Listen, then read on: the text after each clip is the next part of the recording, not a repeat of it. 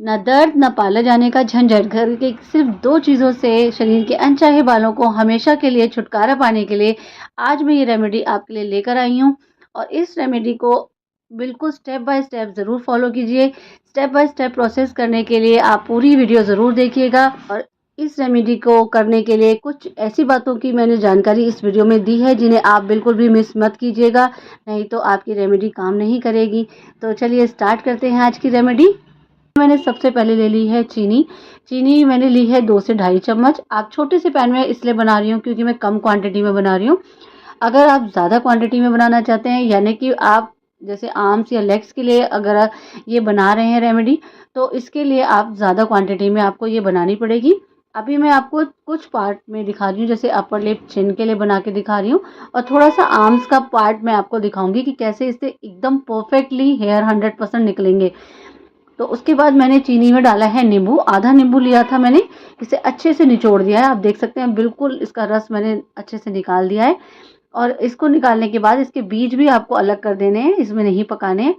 अब इस आप देख सकते हैं कि इसमें जो चीनी और नींबू का घोल है एग्जैक्ट सेम है। बहुत ज़्यादा ना तो नींबू है ना ही चीनी का है, बिल्कुल दोनों चीज़ें आपस में मिक्स हो गई हैं अच्छे से। अब इसको हम इसको गैस पर धीमी आंच पर इसे धीरे धीरे पकाएंगे, क्योंकि ये जो रेमेडी है इसे जितना स्लो प्रोसेस पे बनाते हैं उतना ही ये अच्छी बनती है। और एक बात का बिल्कुल ध्यान रखिएगा आप लोग कि इसमें एक भी ड्रॉप पानी की नहीं जानी चाहिए, नहीं तो ये स्किन पर लगते ही वापस निकल आएगी। आपका कोई बाल आपका इससे रिमूव नहीं होगा। तो इसीलिए इस बात का ज़रूर ध्यान रखिएगा कि बिना पानी के ही इसे आपने मेल्ट करना है। और ये जब हम मेल्ट कर रहे होंगे तो हमें सिर्फ चीनी को मेल्ट करना है, इसे पकाना बिल्कुल भी नहीं है। सिर्फ मिक्स कर देना है इस चीनी को इस नींबू के रस में, ताकि ये अच्छे से गर्म हो जाए। क्योंकि अगर ये चाशनी बन गई तो चाशनी बनने से ये इतनी थिक हो जाएगी कि ये स्किन पर लगते ही वापस निकल आएगी और आपका कोई बाल नहीं निकलेगा। तो इसीलिए आपको इसे लिक्विड फॉर्म पर ही रखना है, ज़्यादा गाढ़ा नहीं करना है, ज़्यादा नहीं पकाना है। और कोशिश कीजिए जब इसे पका रहे होंगे तो एकदम आंच स्लो हो। अगर आपको लग रहा है गैस थोड़ी तेज़ लग रही है तो आप पैन को हल्का सा उठा लीजिए, ताकि सिर्फ हीट पर ये आपको मेल्ट हो जाएगी। ज़्यादा आपको मतलब गरम करने की इसको ज़रूरत नहीं पड़ेगी।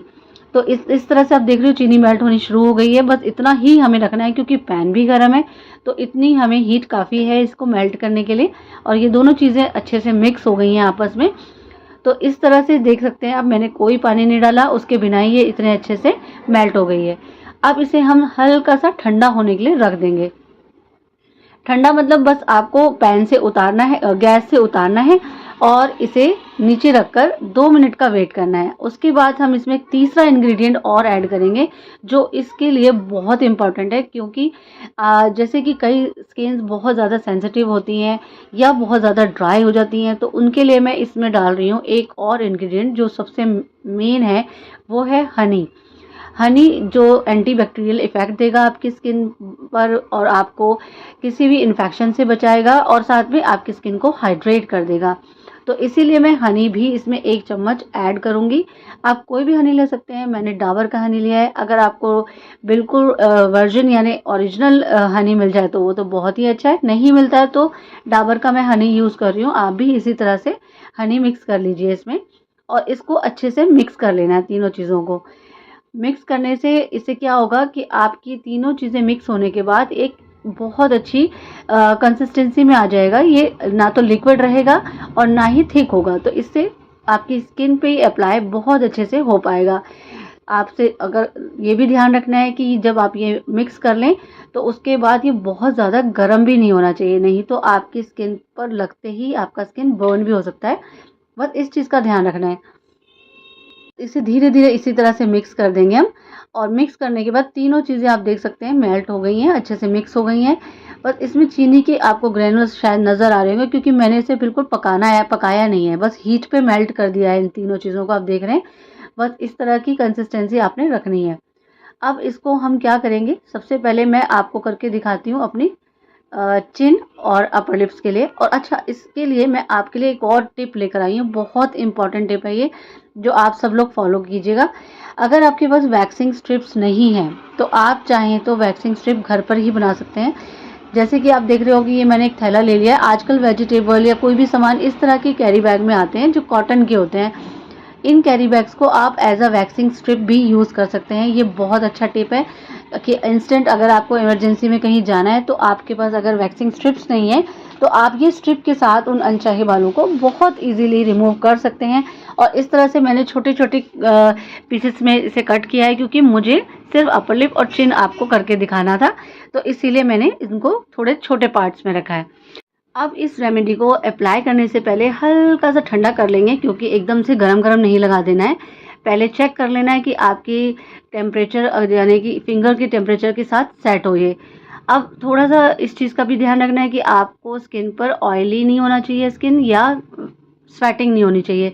अगर आपको बेस्ट रिज़ल्ट चाहिए तो बेस्ट रिज़ल्ट के लिए आप सबसे पहले अपने स्किन पर थोड़ा-सा पाउडर अप्लाई कर लीजिए। इससे क्या होगा कि ये जो मैं आपको रेमेडी लगा के दिखा रही हूँ ये इतनी इफ़ेक्टिव हो जाएगी कि आपका एक-एक बाल जड़ से निकाल देगी ये। तो बस इसको थोड़ा-सा ठंडा करके इस तरह से मैंने चम्मच ही ले लिया है, चम्मच के साथ बस अप्लाई कर देना है।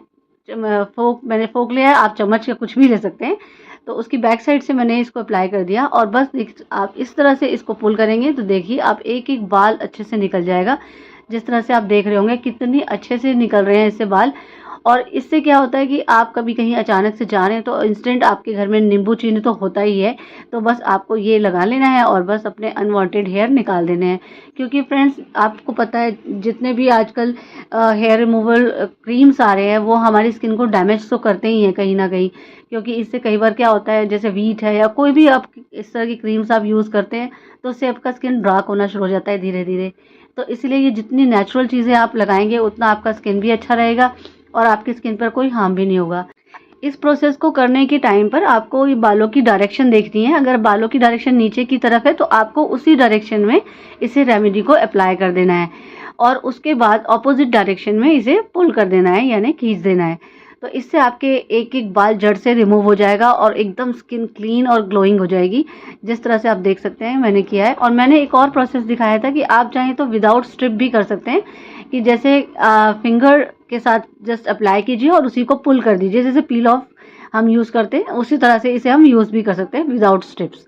और इसकी क्वांटिटी मेरी इतनी बन गई थी कि मैं आपको दिखा रही थी कि ये हल्का सा मैं इसको गर्म करके लाई क्योंकि ठंडी हो जाती है। अगर आप बार बार इसे यूज़ कर रहे हैं तो बीच में ठंडा भी हो जाएगा, तो हल्का से गुनगुना ही करना है, ज़्यादा पकाना नहीं है। अब मैं आपको दिखाती हूँ अपने आर्म्स वाले एरिया पर कि कैसे ये वर्क कर रही है। आप देख सकते हैं इतने अच्छे से एक तो ये अप्लाई हो रही थी।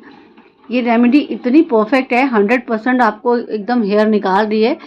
इसमें आप देख सकते हैं कि कितने अच्छे से मैंने इसको अप्लाई कर लिया है स्पून की मदद से ही और इसको अच्छे से पुल कर दिया। आप देख सकते होंगे सेम डायरेक्शन में लगाने के बाद बालों के ऑपोजिट डायरेक्शन में मैंने इसको पुल कर दिया और इसके पूरे बाल इससे अच्छे से निकल गए। हल्की सी शुगर आपको शायद दिखाई दे रही होगी क्योंकि वो पूरी तरह से मेल्ट नहीं हो पाई है, हल्की सी मैंने क्योंकि ज़्यादा गर्म नहीं की थी। तो इस चीज़ का आप देख सकते हैं, ध्यान रखिए।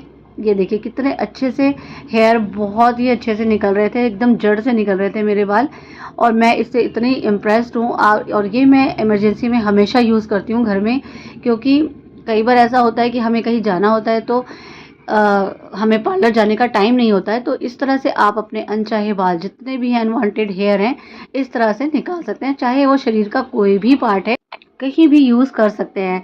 तो इस तरह से बस आपको लगाना है और निकाल देना है। आप चाहें तो विदाउट स्ट्रिप भी कर सकते हैं और विद स्ट्रिप भी इसे कर सकते हैं यूज़।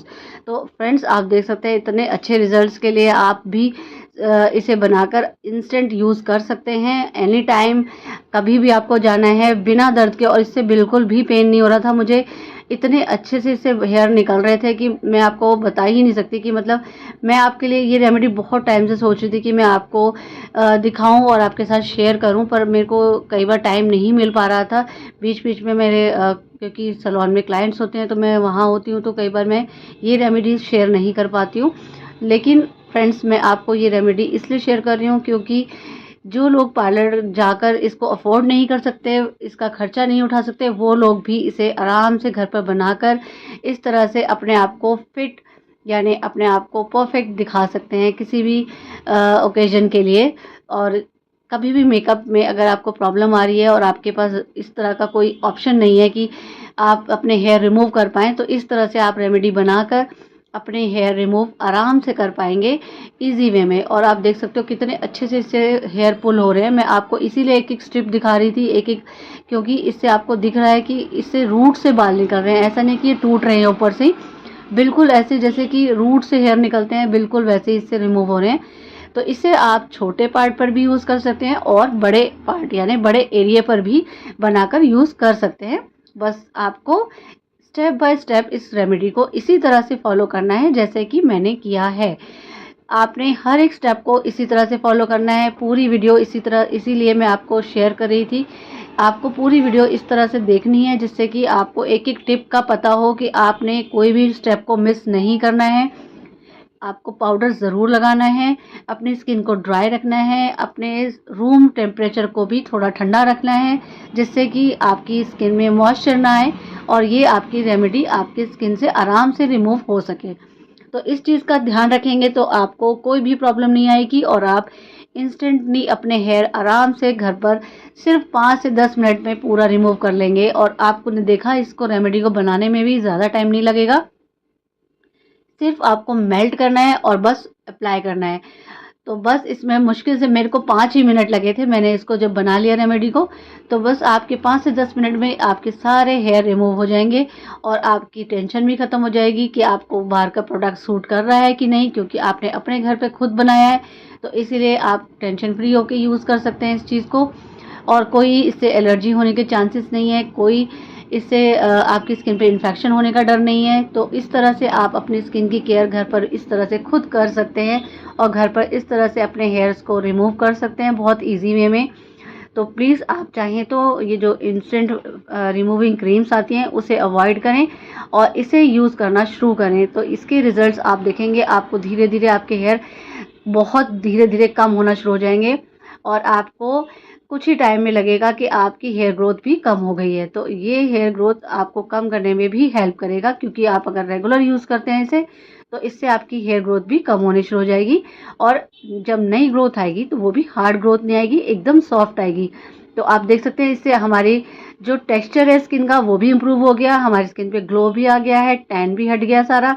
और आप देख सकते हैं मेरा एक एक बाल अच्छे से रूट से निकला है। तो फ्रेंड्स आपके लिए ये रेमेडी बहुत परफेक्ट है, 100% आपको रिजल्ट देगी हमेशा के लिए। अब आप टेंशन फ्री हो सकते हैं, अपने बालों से छुटकारा पा सकते हैं।